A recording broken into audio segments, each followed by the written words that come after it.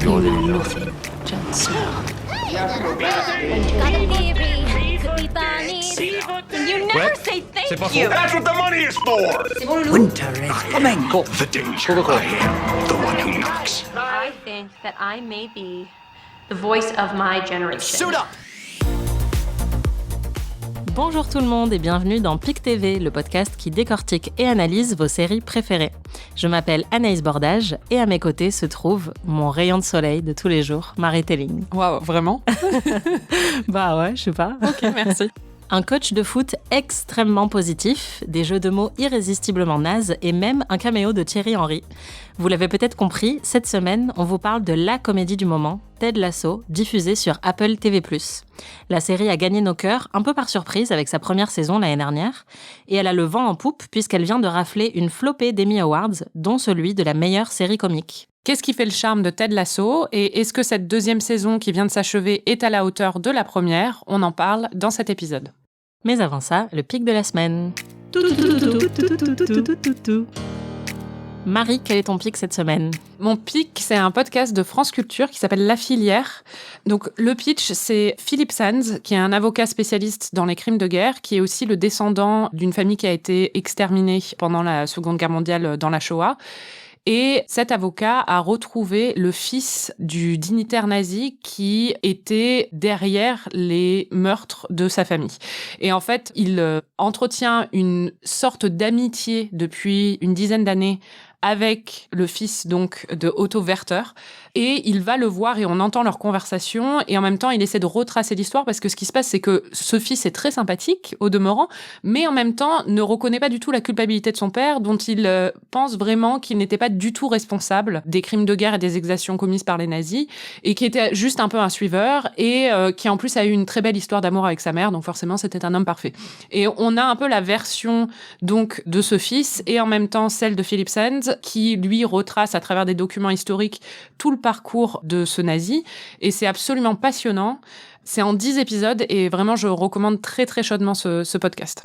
Et toi Anaïs, c'est quoi ton pic ? Moi, mon pic, c'est l'acteur Zach Gilford, que vous connaissez peut-être parce qu'il a incarné Matt Saracen dans Friday Night Lights. Ah. Donc, c'était vraiment le choupi qui était un nouveau joueur de football un peu timide, qu'on avait envie de prendre dans ses bras un peu pendant toute la série. Et maintenant, c'est devenu un trentenaire poivre et sel qui joue dans la nouvelle série Netflix de Mike Flanagan qui avait fait The Haunting of Hill House. Et donc, cette nouvelle série s'appelle Midnight Mass. C'est encore une série horrifique, encore avec des thèmes sur le deuil, le pardon, la culpabilité, etc. Donc, c'est encore une fois assez lyrique. Et donc, Zach Gilford incarne un mec qui a tué une fille quand il conduisait en étant bourré, qui a passé plusieurs années en prison, qui sort de prison et qui retourne sur la petite île de 100 habitants où vivent ses parents. Et il commence à se produire des choses assez inquiétantes sur l'île. Et je suis vraiment hyper contente de retrouver cet acteur parce qu'il me plaisait beaucoup dans Friday Night Lights. J'ai pas trop suivi sa carrière depuis et là, ça m'a fait bizarre de le voir dans un rôle d'adulte, en fait. Mais j'ai vu qu'il avait 39 ans, donc visiblement, il serait temps. Et il est vraiment impressionnant et la série, globalement, est très très bien. Il y a énormément de monologues, donc c'est vraiment, ça doit être un plaisir pour les acteurs de jouer dedans. J'ai pas encore tout vu, donc je peux pas vous la recommander à 100% parce que j'essaye de ne pas la binger. Mais pour l'instant, je la trouve géniale et je suis très contente d'avoir à nouveau Zach Gilford dans ma vie. Et cette semaine, on parle d'une série beaucoup plus douce que Midnight Mass. C'est Ted Lasso, une comédie diffusée sur Apple TV+, qui en est à sa deuxième saison. Comme tu l'as dit, Marie, la deuxième saison vient de se terminer. Alors, est-ce que tu peux nous résumer rapidement de quoi parle Ted Lasso ? Alors, Ted Lasso, c'est l'histoire d'un coach de football américain qui est joué par Jason Sudeikis, qui est connu surtout pour sa participation à Saturday Night Live pendant des années, il y a déjà quelques années d'ailleurs. Ce coach de football américain est recruté pour coacher une équipe de football anglais, alors qu'il n'y connaît absolument rien. Et quand on le rencontre, on a l'impression que c'est un peu un idiot très sympathique. Et on se rend compte au fil des épisodes qu'il est bien plus intelligent qu'il y paraît, qu'il est juste extrêmement enthousiaste et toujours là pour dire des choses très très gentilles. Et au fur et à mesure, on apprend qu'il a été recruté parce que celle qui est propriétaire du club de foot essaie de couler le club parce que c'est celui de son ex-mari. Mais il va un peu remporter l'affection en fait de tout le monde autour de lui par juste sa gentillesse et son entrain, quoi. Et son optimisme à toute épreuve. Voilà. This is a bit of news from the other side of the Atlantic. AFC Richmond announced the hiring of their new manager, American football coach Ted Lasso. You're an American who's now in charge of a football club despite possessing very little knowledge of the game. Oh! I know that AFC Richmond is going to give you everything they got, win or lose. Did you see that? He must be from England, yeah? Wales, is that another country? Yes and no. How many countries are in this country? 4. Like it or not, Richmond are changing the way we do things. And from now on, that way is the Lasso way. Welcome to England.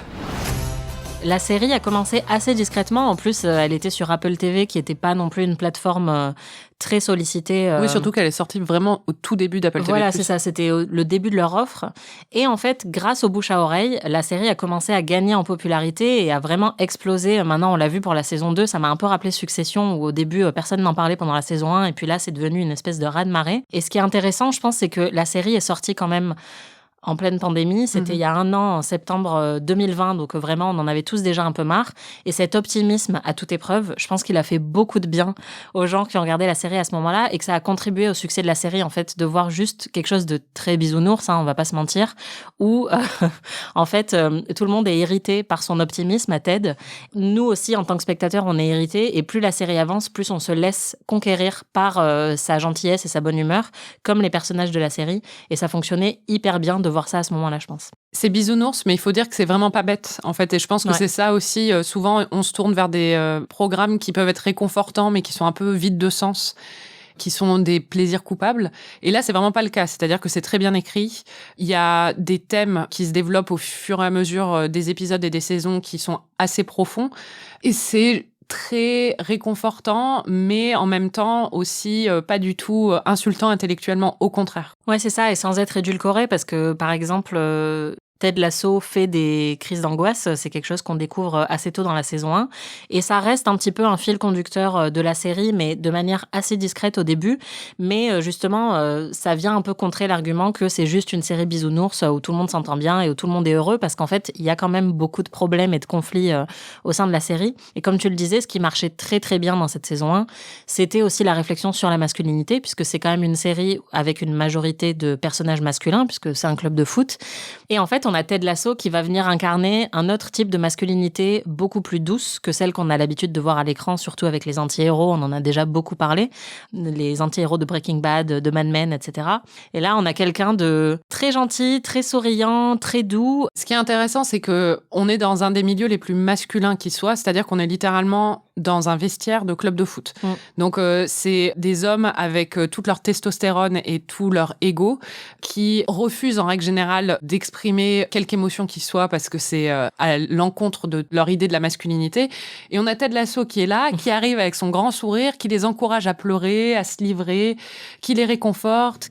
I promise you, there is something worse out there than being sad, and that is being alone and being sad. Ain't nobody in this room alone. Qui fait ses propres biscuits le matin, qui les emmène à sa bosse, et qui en même temps est quelqu'un de masculin. Quand on le voit arriver, il fait un peu bené, mais il fait bené du Midwest américain avec sa grosse moustache.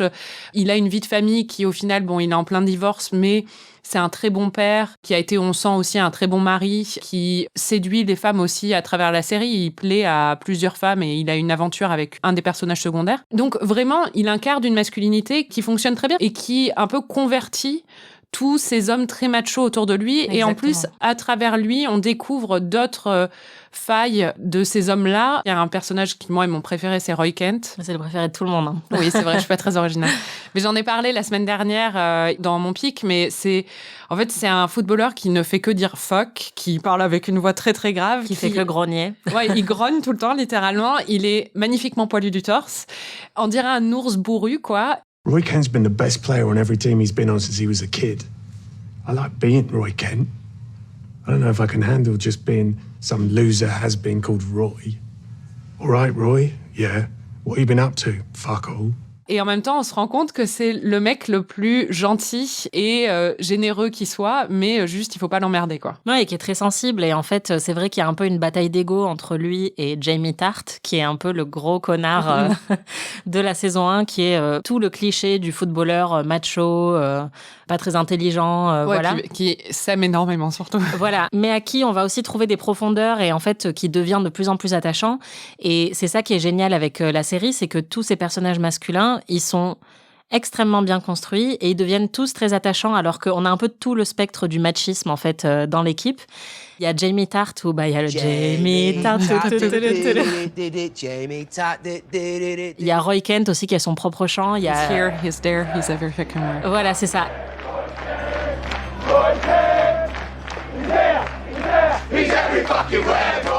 Donc c'est les chants des supporters en fait qui accueillent à chaque fois les joueurs dans le stade. Et ce qui est très malin avec la série, c'est que grâce à tous ces petits chants, à tous ces petits marqueurs, en fait, elle crée des personnages qui sont immédiatement identifiables, qui ont tous un petit peu leur gimmick en fait. Et il y a même Trent Crimm qui n'est pas un joueur de foot, mais qui est le journaliste, voilà, Trent Crimm from The Independent, qui se présente à chaque fois alors que tout le monde sait que c'est Trent Crimm from The Independent. Ça rappelle un peu les journalistes dans Parks and Rec en fait, qui étaient juste là pour la blague. Mais même lui, il est assez bien développé au final. Et c'est vraiment une collection très rare de personnages masculins, tous très différents, très attachants, uniques et avec un spectre de sensibilité quand même assez incroyable. On parle beaucoup des personnages masculins parce que c'est vraiment une série sur la masculinité, mais il y a aussi des personnages féminins très cool. Il y en a pas énormément dans la série, mais elles sont très présentes. Il y en a 2 vraiment qui sont centrales. C'est Rebecca, donc c'est la propriétaire du club de foot, donc celle qui veut couler à la base le club de foot, qui est absolument magnifique. Qui est jouée par Anna Waddingham, qui jouait la Shane dans Game of Thrones. Et alors, elle est méconnaissable. En fait, c'est une bombe, cette meuf. Elle est incroyable. Ouais. Elle est blonde avec un corps absolument magnifique. Et elle est très blessée par son divorce. Elle est vraiment dans la vengeance et elle va aussi s'adoucir et on va la découvrir au fur et à mesure des épisodes. Et c'est un personnage très charmant, très attachant et assez complexe au final au niveau de ses motivations et de ce qui la caractérise. D'ailleurs, fun fact, son ex-mari est joué par Rupert Giles de Buffy. Et oui, donc Anthony Head de son vrai nom. Qui là est horrible, alors que dans Buffy, c'est le mec le plus sympa du monde. Mais là, vraiment, c'est le seul vrai salaud de la série qui, pour le coup, est vraiment le méchant, quoi. C'est ça. Et l'autre personnage féminin qui est, moi, un de mes préférés, c'est Killy, qui est jouée par Juno Temple, qui est vraiment une actrice extraordinaire.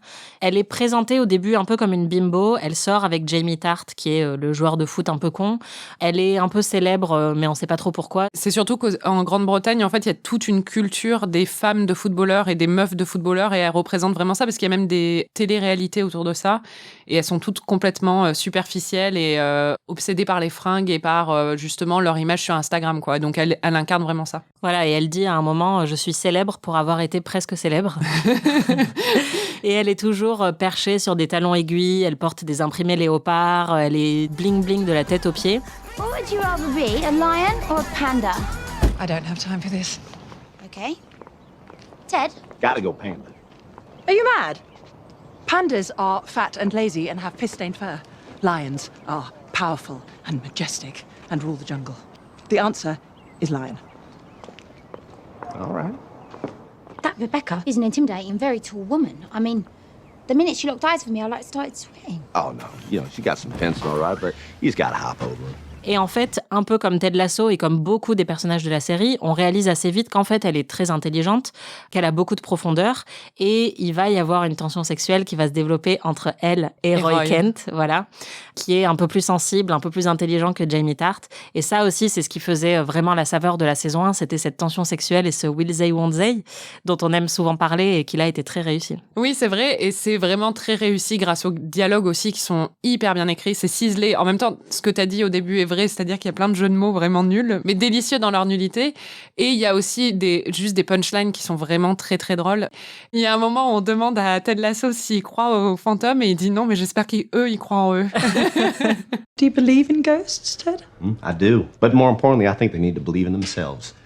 C'est un humour tellement gentil et c'est ça qui est incroyable aussi dans la série et je pense que c'est pour ça qu'elle a très bien fonctionné, c'est parce qu'on est habitué à de l'humour très méchant, que ce soit dans Succession ou VIP par exemple, qui ont été des gros succès de ces dernières années.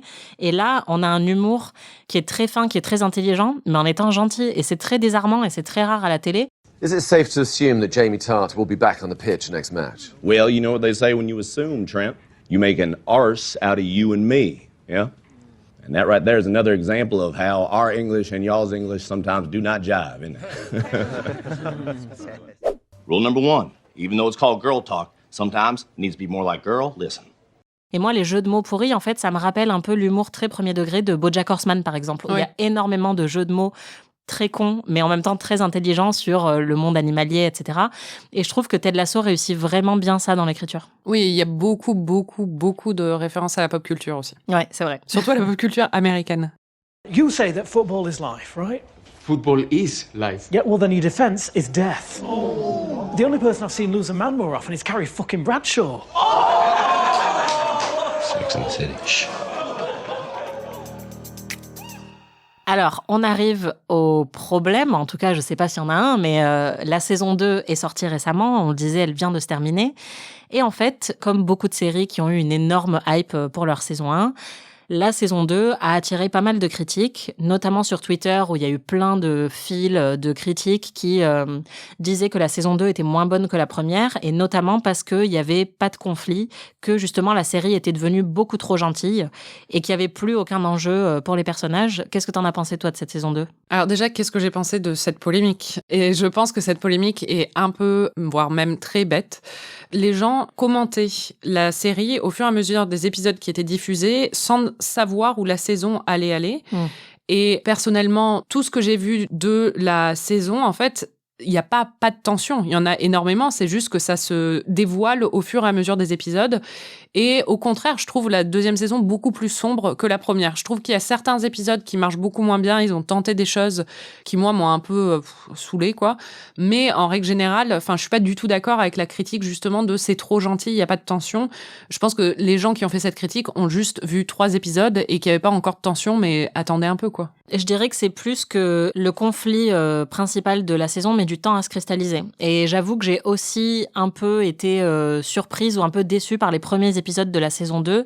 Pas parce qu'il n'y avait pas de tension, parce que comme tu le dis, en fait, il y a quand même des choses très sombres qui sont dévoilées dès le début de la saison, mais plutôt parce que pour moi, il n'y avait pas d'arc narratif apparent. Je ne savais pas du tout où ça allait et je ne comprenais pas, alors qu'au début de la saison 1, on a un arc très clair qui est est-ce qu'il va réussir à rendre cette équipe de foot meilleure ? Est-ce qu'il va réussir à surmonter le fait qu'il n'y connaît rien en foot ? Ou est-ce que Rebecca va réussir à couler le club ? Donc il y avait quand même un enjeu qui était posé dès le début et c'est ça qui fait une bonne première saison aussi. Là, en fait, on est sur un statu quo au début de la saison et on comprend pas très bien exactement où ça va aller et c'est vrai que les personnages, ceux qui sont en couple, ça se passe bien. Oui, lui, il est aimé de tout le monde, il a conquis les cœurs de tous les joueurs, donc il n'y a plus de tension à ce niveau-là. Voilà, alors que c'est vrai que toute la première saison, il irritait tout le monde et là, ces blagues pourries font rire tout le monde, donc on sait plus trop d'où va venir la tension. Et c'est vrai qu'en fait, plus la saison avance, plus on comprend un petit peu où il veut en venir. Et donc, c'est vrai que moi, j'ai été un petit peu déçue quand même par les épisodes du début, mais je trouve que la saison arrive vraiment à rattraper tout ça dans sa deuxième partie et à cristalliser vraiment tous les enjeux principaux de la série. Mais en fait, une fois qu'on connaît la deuxième partie, on voit aussi ce qu'ils essaient de faire au début. Et exactement. Pour moi, les épisodes du début, du coup, marchent beaucoup mieux. Je pense que c'est une série qui se binge plus qu'elle se savoure. Comme, en fait, Apple la diffuse, c'est-à-dire un épisode par semaine, je pense que ça fonctionne pas forcément très bien pour cette série. Moi, je pense qu'il vaut mieux la regarder, attendre la fin et regarder sur un week-end. La principale tension dès le début, ou c'est pas vraiment une tension, mais c'est l'arrivée d'une psy, en fait. Parce que dès le début de la première saison, c'est le rôle que joue Ted Lasso auprès de tous ses joueurs. C'est-à-dire que c'est lui, le psy officieux de l'équipe. Il est tout le temps en train de leur donner des conseils, de les réconforter, de les faire s'ouvrir. Et en fait, on découvre dans la saison 2, et on le savait déjà un peu dans la saison 1, parce qu'on a vu qu'il avait fait des crises d'angoisse. Mais là, il est confronté à ça de plus en plus et on découvre des choses sur lui et on découvre surtout qu'il a un rapport un peu ambivalent avec la psychanalyse et juste la psychothérapie en général. Et qu'il n'est pas fait pour tenir ce rôle-là de psy, en fait. Ah bah non, pas du tout. Il faudrait mieux que ce soit quelqu'un de compétent et de professionnel qui gère un peu ça, à la fois pour lui et pour les autres joueurs. Oui. Moi, il y a un truc que j'ai trouvé un peu raté au début de la saison, c'est toutes les références qui sont faites à des comédies romantiques, mais on a une experte dans ce studio des comédies romantiques, c'est toi, Marie, et je voulais vraiment savoir, en voyant les épisodes, ce que toi t'en avais pensé, parce qu'il y a notamment un épisode qui enchaîne les références à des rom-coms cultes. Moi, j'ai pas trop trouvé que ça fonctionnait, mais j'étais vraiment curieuse de savoir si toi, t'avais trouvé ça bien. C'est marrant parce que le côté référentiel, justement, de la série, j'ai trouvé qu'il le poussait trop loin cette saison-là. C'est-à-dire que c'est sympa d'avoir des blagues sur la pop culture de temps en temps. Mais là, en fait, vraiment, c'était un enchaînement et je trouvais ça un peu feignant parfois. Mais mon problème, c'était pas avec les comédies romantiques, parce que ça, j'ai trouvé ça charmant, peut-être parce que j'adore ce genre de film. Bon, l'épisode de Noël, qui est un des épisodes qui a cristallisé le plus de critiques, c'est un épisode un peu un bottle épisode, c'est-à-dire que la trame est isolée du reste de la saison. Donc, il y a plusieurs intrigues autour de Noël. Et il y a un truc à la fin qui est sur Love Actually. Ça, j'ai trouvé ça mignon, honnêtement. Même si l'épisode m'a un peu saoulée parce que j'étais, on a compris, c'était un peu cucu, quoi. J'ai quand même pleuré à la fin, parce qu'ils savent quand même ce qu'ils font. Au final, ils arrivent toujours à nous émouvoir, mais c'est vrai que ça faisait un peu artificiel. Voilà, c'est ça. Le deuxième gros épisode qui, pour moi, était un problème, c'était l'autre épisode Bottle de la saison, qui est un épisode sur Coach Beard, où là, il y a beaucoup de références aussi à des films. Et ça m'a un peu saoulée parce que, j'étais là, on a compris. Mais l'épisode, en fait, sur les comédies romantiques, moi j'ai bien aimé, je trouvais que ça fonctionnait bien parce que l'enjeu principal, c'est de savoir si Roy Kent va revenir vers sa vraie passion qui est d'être un coach de football en fait. Du coup, il y a une scène où à la fin, il quitte un plateau télé où il était commentateur et il dit non mais je veux pas faire ça et il se met à courir et il essaie d'aller au stade le plus vite possible pour arriver avant le début du match et ça c'est très bien fait, ça fonctionne super bien. C'est très réussi. Ouais. Hello, coach. Really glad you decided. Shut up. Just shut up. You had me at coach. Ça évoque quand il rencontre Sally, et il y a même une scène à un moment où on voit des spectateurs du match de foot qui racontent comment ils se sont rencontrés autour du match de foot, comme le font des couples quand Harry rencontre Sally. Donc tout ça, pour moi, ça fonctionnait bien en fait. J'ai trouvé que cet épisode, au contraire, était réussi. Après, les références répétées, au bout d'un moment, ça m'a un peu saoulée, mais bon. Moi, je me suis demandé si c'était pas un peu un cache-misère de recourir à autant de références comme ça, et comme tu dis, je trouvais ça un petit peu feignant. Après, je pense que quand on voit un peu l'arc narratif de la saison, qui au final montre que cette espèce de côté bisounours masque quelque chose de sombre et que c'est limite un déni en fait, et qu'il va falloir y remédier à un moment, il va falloir confronter un petit peu tout ça. Ça m'a fait beaucoup marrer de voir un épisode de Noël en août où je me suis dit clairement, est-ce que c'est pas intentionnel aussi de dire le niveau de déni est quand même hyper élevé, vous nous faites un épisode de Noël à un moment complètement what the fuck, mais c'est justement pour attirer encore plus l'attention sur le fait que c'est démesurément cucu, mais qu'en fait, il y a quelque chose derrière si on commence à gratter un petit peu. Quelque chose de très dark, d'ailleurs, c'est un peu la grosse tension en fait de cet épisode, c'est la transformation du personnage de Nate, dont on n'avait pas parlé d'ailleurs quand on a parlé de la première saison là tout à l'heure, mais qui est un personnage assez central dans la première saison. À la base, c'est celui qui s'occupe de l'équipement et de un peu nettoyer en fait les vestiaires. Il se trouve qu'on découvre très vite que c'est un petit génie du football qui connaît vachement bien les règles et comme Ted Lasso ne connaît pas du tout les règles, il lui demande de l'aider très souvent et il finit par le promouvoir coach. Et en fait, Nate est quelqu'un qui a vraiment pas d'assurance, qui est très émouvant au début. Il est choupi, il est maladroit. Et oui, il est très maladroit, mais il y a toujours des moments où parfois il s'énerve ou des choses comme ça, où on voit un côté un peu plus sombre qui au début est très marrant. Parce qu'il commence à insulter les gens et on se rend compte qu'il a une espèce de verve très acérée qu'on ne lui aurait pas suspecté du tout. Et en fait, là, dans la deuxième saison, il y a vraiment un aspect beaucoup plus sombre de sa personnalité qui se révèle. On le voit à travers sa relation avec son père, qui a un impact sur lui parce que son père ne l'a jamais vraiment reconnu et du coup, il a en manque total de reconnaissance. Et quand il obtient enfin de la reconnaissance de la part du public, il a un sentiment de jalousie par rapport aux autres coachs et il devient vraiment mauvais pour le coup. On comprend ce qui le motive et on comprend ce qui le caractérise, mais en même temps, ça devient vraiment le méchant de la saison. Ouais, c'est ce que j'allais dire, ça devient vraiment l'antagoniste principal et en fait, ce qui est intéressant, c'est qu'effectivement, au tout début, dans le premier épisode, à un moment, il s'énerve contre un joueur de manière totalement injustifiée et de manière très cruelle. Et on se dit, mais qu'est-ce qui lui prend en fait ? C'est quoi son problème ? Et il y a plein de petits moments comme ça dans les premiers épisodes où, comme je disais, moi, je comprenais pas un peu l'arc narratif général. Donc je me disais, mais où ça va ? Et pourquoi ils ont transformé Nate en connard ? Et en fait, c'est vraiment fait très finement parce que plus ça évolue, plus justement, on a une étude de ce personnage qui, en fait, je vais sortir le mot à 3 milliards, mais qui s'avère un petit peu toxique au final. Et c'est une étude encore très intéressante d'un autre type de masculinité que je pense que plein de gens pourront reconnaître parce qu'en fait, on connaît cette personne, ce mec qui a été toujours un peu en manque de confiance en lui et qui en fait, dès qu'il commence à accéder un tout petit peu au pouvoir, il commence à devenir supérieur et à se dire en fait, c'est ma vengeance par rapport à toutes les fois où on m'a marché dessus et à devenir totalement incontrôlable et à devenir plus cruel que quiconque ne l'avait été avec lui auparavant. Ouais, c'est un peu la base des masculinistes en ligne. Hein. Il y a toute une mouvance justement d'hommes qui se déclarent rejetés par les femmes en règle générale et qui vont commencer à avoir une espèce de violence et de désir de revanche par rapport à ça. Et c'est ce qu'on retrouve un peu dans ce personnage. Exactement. Et c'est intéressant, par exemple, à un moment, pour gagner un peu confiance en lui, il demande conseil à Rebecca, la patronne foutue comme une statue grecque, qui lui dit, moi, en fait, avant de rentrer dans un endroit où j'ai peur de pas me sentir assez importante, je me grandis, en fait, au maximum, je lève les bras en l'air et tout de suite, ça me donne un peu plus d'importance. Et toi, il faut que tu trouves un peu ce qui va faire que tu vas prendre confiance en toi. You don't need to be loud, Nathan. You just need to be commanding. With all due respect, it's different for me, Miss Walton. You command every room you walk into. Hardly. Have you ever been in a room full of football club chairmen? No. Every time I walk into one of those meetings, they look at me like some schoolgirl with pigtails. But I have a secret. I make myself big. Before I go into the room, I find somewhere private. I stand up on my tiptoes, put my arms in the air, and make myself as big as possible to feel my own power. Fuck, you're amazing. Let's invade France. It's a bit silly, but it works for me. Find your own thing, but don't back down, Nathan. Et en fait, son geste qu'il trouve, c'est de cracher sur un miroir, quoi.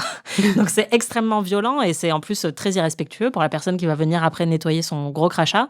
Et ça en dit long, je trouve, sur ce qu'il a trouvé pour essayer de se donner confiance en lui. C'est-à-dire que le seul moyen qu'il a trouvé, c'est l'agressivité et c'est de tomber dans un truc très macho qu'il n'avait pas avant. Mais dès qu'il arrive à y accéder un tout petit peu, il s'enivre totalement de pouvoir. Oui, mais c'est l'agressivité et la haine de soi aussi. Il est de moins en moins sympathique au fil des épisodes, mais on comprend quand même d'où ça vient, tout ce mal-être et cette agressivité. Oui, c'est ça, et c'est pour ça que c'est aussi douloureux à regarder aussi, parce que c'est un personnage qu'on a appris à aimer. Oui. Et là, en fait, on voit une facette beaucoup plus désagréable de sa personnalité. Encore une fois, la série arrive très bien à raconter la masculinité. Là, vraiment, la grosse thématique de la saison, c'est les relations père-fils. Parce qu'il y a Nate, mais il y a aussi Ted. On apprend aussi beaucoup de choses sur sa relation avec son propre père et avec son fils. Et il y a en fait tout le fil conducteur de la saison qui est sur les pères de Jamie Tartt et de Sam Obisanya qui sont de manière très différente en fait présents dans la vie de leur fils. Et donc c'est vraiment une des grosses thématiques de la saison, c'est quel est le rapport d'un fils à son père et comment ça le construit. Et d'ailleurs, pour revenir sur Nate, ce qui est intéressant aussi, c'est que ça renverse le trope du nice guy qui, parce qu'il est gentil, mériterait en fait l'amour et l'affection de tout le monde et la reconnaissance aussi de tout le monde. Et quand il ne reçoit pas tout ça, ça justifie son agressivité. Et vraiment, le nice guy qui est friendzoné ou des choses comme ça, c'est vraiment des choses qui sont des tropes qu'on retrouve dans plein de séries et de films qui, là, je trouve, a été étudié de façon très intelligente et différente de ce que j'ai vu avant. Exactement. J'ai un petit coup de gueule à pousser quand même. J'ai vu ça sur le conducteur. Sur un autre nice guy, ou en tout cas un weird guy, qui est le personnage du coach Beard, donc le coach barbu, qui accompagne partout Ted Lasso et qui est un peu son bras droit et qui le comprend très bien, et parfois ils communiquent un peu par la pensée tous les deux et ils se complètent très très bien. C'est aussi un Américain qui est arrivé des États-Unis voilà. Et qui comprend les règles du football. C'est ça, et qui est un petit peu excentrique, qui est très pince sans rire en fait, il sourit jamais. Oui, c'est un taiseux. Voilà, il y a un peu un fil conducteur depuis le début de la série sur ses relations amoureuses qui ont l'air très chaotiques et sur le fait que visiblement c'est un grand séducteur alors qu'il en a pas trop l'air comme ça. Non. Et la série a fait le très mauvais choix de lui consacrer un épisode entier, un épisode de 45 minutes en plus, alors qu'à la base c'est une série qui a plutôt des épisodes d'une demi-heure. Et donc on passe une soirée entière avec lui, c'est-à-dire que c'est quelque chose qu'on voit de plus en plus souvent dans les séries à l'heure actuelle, surtout les séries qui ont un format comédie ou dramédie d'une demi-heure, c'est qu'en fait on fait un pas de côté, on sort de la vie des personnages principaux et on va accorder un épisode entier à la vie ou à la soirée ou à la journée d'un personnage qui n'était pas encore très bien développé. Et mon problème, c'est qu'il y a plein de séries qui le font très très bien. Par exemple, Atlanta le fait merveilleusement bien. Master of None avait un peu relancé cette mode-là en le faisant très bien. Et d'ailleurs, l'épisode Thanksgiving avait gagné un Emmy. Donc je pense que ça a donné plein d'idées aussi aux scénaristes qui se sont dit « Ah bah c'est pas mal de faire un pas de côté et de se concentrer plutôt sur un autre personnage pendant un seul épisode ». Mais en fait, il faut que les séries arrêtent de croire qu'il faut tout le temps faire ça pour être prises au sérieux, en fait, parce que pour moi, c'est vraiment devenu un cliché. C'était original au départ, mais maintenant, ça l'est plus du tout. Il y avait l'épisode de Xander dans Buffy, par exemple, qui racontait quelque chose, qui nous montrait que lui, il est tout le temps un peu ignoré, tout le temps un peu mis de côté, mais en fait, il peut aussi sauver le monde à sa façon. Pendant que tous les autres sont trop occupés à se battre contre l'apocalypse, lui, il est en train de se battre contre d'autres démons. Et là, en fait, le problème avec Coach Beard, c'est qu'on s'en fout de ouf. Mais vraiment, je m'en fous de sa soirée dans un club avec je sais pas qui ou je sais pas quoi. Et toutes les séries n'ont pas besoin d'avoir une séquence un peu surréaliste, un peu onirique pour montrer qu'elles doivent être prises au sérieux aussi en termes d'écriture et de réalisation. Et mais j'ai trouvé ça complètement raté. Ma principale recommandation pour ceux qui se lancent dans Ted Lasso et qui vont regarder cette deuxième saison, c'est juste de ne pas regarder cet épisode en fait. Ouais, complètement. Parce que ça ne sert à rien, ça n'avance l'intrigue en rien et c'est 45 minutes juste très très laborieuses. Et avec beaucoup, je disais tout à l'heure, de références. Il y a une référence à Orange Mécanique. On sent qu'ils se font plaisir au niveau de l'écriture, mais moi, j'ai pas pris beaucoup de plaisir à le regarder. Ouais, et au final, c'est vraiment pas ce que je considérerais comme l'épisode le mieux écrit, mais du tout. Ah non, pas du tout. Hein. Et en fait, on sent que c'est juste une tentative de faire quelque chose d'un peu plus hors des clous, un peu plus artistique. Mais en fait, il faut que les séries comprennent aussi qu'il y a des personnages secondaires qui sont secondaires pour une raison. C'est-à-dire qu'ils sont parfaits pour venir ponctuer un épisode avec quelques scènes, quelques répliques. Ce qui fonctionne hyper bien avec le personnage de Beard, c'est que justement, il est mystérieux. On sait pas trop ce qu'il fait dans sa vie, on sait pas trop comment il fonctionne. Et il est là pour être un peu bizarre, pour être un peu en décalage par rapport au reste du casting. Donc on n'a pas besoin d'en savoir plus sur sa vie. J'ai pas besoin de savoir ce qu'il fait de ses soirées, en fait. Enfin, c'est totalement inintéressant. Et c'est vrai qu'il y a d'autres séries qui ont essayé de faire ça à chaque fois pour dire tel personnage qui est un fan favorite qu'on n'a jamais développé, on va lui consacrer un épisode en entier. Mais peut-être que si vous l'avez jamais développé, c'est parce qu'il y a une raison. C'est parce qu'il ne peut pas endosser le poids d'un épisode entier sur lui, quoi. Bravo, bien dit. Et donc, si vous voulez l'éviter, c'est l'épisode 9 de la saison 2. Pour finir sur une petite note aussi légère que l'est la série Ted Lasso, on va faire un petit jeu, Marie, qui n'est pas du tout inspiré par nos vies respectives. Mon Dieu. Mais en gros, si tu devais choisir le coloc idéal, parmi les personnages de Ted Lasso, qui tu choisirais ? Bon, si je devais Roy faire... Kent, parce que tu as couché avec lui. Non, si je voulais faire ma vie avec quelqu'un, ce serait Roy Kent, mais il est très poilu et je veux pas vivre en coloc avec quelqu'un d'aussi poilu et partager une salle de bain avec quelqu'un d'aussi poilu parce que ils en parlent d'ailleurs, c'est une blague récurrente, mais il laisse beaucoup de poils dans le siphon de la douche. C'est juste... Il dit qu'on dirait qu'un rat s'est coincé dans le siphon et s'est noyé ou je sais pas quoi. Voilà, donc ça me dit trop rien en tant que coloc, quoi. Et puis c'est jamais bon d'être à fond sur son coloc en plus, donc voilà. Non, je pense que ce serait Sam, probablement, qui est vraiment un des personnages les plus gentils, les plus polis, les plus respectueux et les plus matures de cette série. Et c'est tout ce que je veux d'un coloc, en fait. Donc, c'est clair. Et qui, en plus, a l'air sympa. Et en plus, il est hyper mignon dans cette saison. Ils l'ont un peu développé aussi. On n'en a pas parlé, mais au début de la saison 2, je me disais, il n'y a plus de tension romantique, donc ça ne m'intéresse plus. Et la série Ted Lasso a quand même réussi à trouver un petit moyen d'injecter encore un petit peu de tension. Sam est très très charmant dans cette saison 2. Ce serait Sam ou Killy aussi, j'aimerais bien Killy. Elle est très sympa quand même. Moi j'allais dire Killy effectivement parce que en plus il y a toute une sous-intrigue dans la saison 2 sur le fait qu'elle aime bien avoir son espace parfois et qu'elle a besoin qu'on la laisse tranquille, ouais grave. Et alors qu'elle dit ça à Roy Kent qui est son mec et dont elle est folle amoureuse, mais elle lui dit vraiment en fait on passe tout notre temps ensemble, il y a des moments où j'ai besoin d'être seule. Et j'étais là mais oui, c'est une coloc comme ça que je veux. Par contre, pas Ted Lasso, quoi. Il serait épuisant. Franchement, si je connaissais Ted Lasso dans la vraie vie, je pense que je pourrais pas le saquer. Il est juste trop optimiste tout le temps et c'est un peu fatigant. Il a l'air d'être un peu bordélique aussi quand on voit son appart, clairement, parce qu'il fait quand même des cakes tous les matins. Tu sens que c'est sombre à l'intérieur, quoi. Toute cette joie de vivre cache beaucoup de choses très très sombres et du coup, c'est ça. Au quotidien, ça doit être un peu lourd, quoi. On n'a pas parlé quand même de Dani Rojas. Oh, je l'adore. Football is life. Dani, il vient d'Amérique latine. Il adore le football. Il est tout le temps en train de crier Football is life, football is life. Donc le football, c'est la vie. Et de courir partout avec un sourire béat. Et c'est vraiment le mec le plus sympa et enthousiaste encore, plus enthousiaste encore que Ted Lasso parce que tu sens que lui, il n'y a rien derrière. Hein. Ouais, c'est ça, exactement. Lui, il n'y a pas de profondeur, en fait. Il est juste comme ça tout le temps. Et il y a un gag très, très drôle à un moment où il doit porter des chaussures en cuir un peu habillées pour un événement particulier et il souffre le martyr parce qu'il n'a jamais porté autre chose que des baskets et on sent que c'est vraiment compliqué pour lui. Il y a un autre gag avec un footballeur qui, lui, vient de Hollande et qui... Oui, Yann Mas, voilà. Je l'adore. Il ne comprend pas trop l'ironie et il dit toujours les choses. Il est beaucoup trop honnête, en fait. Et il sait pas dire quoi que ce soit de gentil, en fait. Ouais. Et donc, encore une fois, il tombe très bien sur le spectre de on a des gens beaucoup trop gentils ou beaucoup trop enthousiastes comme Danny ou comme Ted Lasso. Et lui, en fait, tout ce qu'il dit est hyper cruel. Mais on sent que c'est pas parce qu'il le pense méchamment, c'est vraiment juste parce qu'il est hollandais. Voilà, c'est ça. Non, mais vraiment. Et lui, je sais pas si j'aimerais l'avoir comme coloc. Ah non, plus. putain, non, ça va quoi. C'est genre si t'as pas jeté un yaourt avant la date de péremption. Rebecca, je veux bien parce qu'elle est très riche. Donc si c'est elle qui paye le loyer, je peux vivre chez elle. Et en plus, elle a l'air propre et sympa. Enfin, elle a une femme de ménage, quoi. C'est vrai. Et elle a une super garde-robe si tu veux lui piquer certains sacs. Je sais pas si on aura la même taille. Mais oui, les sacs, ça va. Bah, les sacs, les foulards, les chaussures. Bon, bah voilà, on s'est constitué notre petite coloc parfaite. C'était PIC TV, merci Marie. Merci Anaïs. Et merci les Pikies pour votre écoute et vos retours enthousiastes. Vous pouvez retrouver tous les épisodes de PIC TV sur Slate Audio ou sur votre appli de podcast préférée. On se retrouve la semaine prochaine pour un nouvel épisode dans lequel on parlera de Fleabag. En attendant, si vous avez aimé ce podcast, n'hésitez pas à nous mettre 5 étoiles et une petite déclaration d'amour sur votre appli de podcast préférée. Salut! Salut!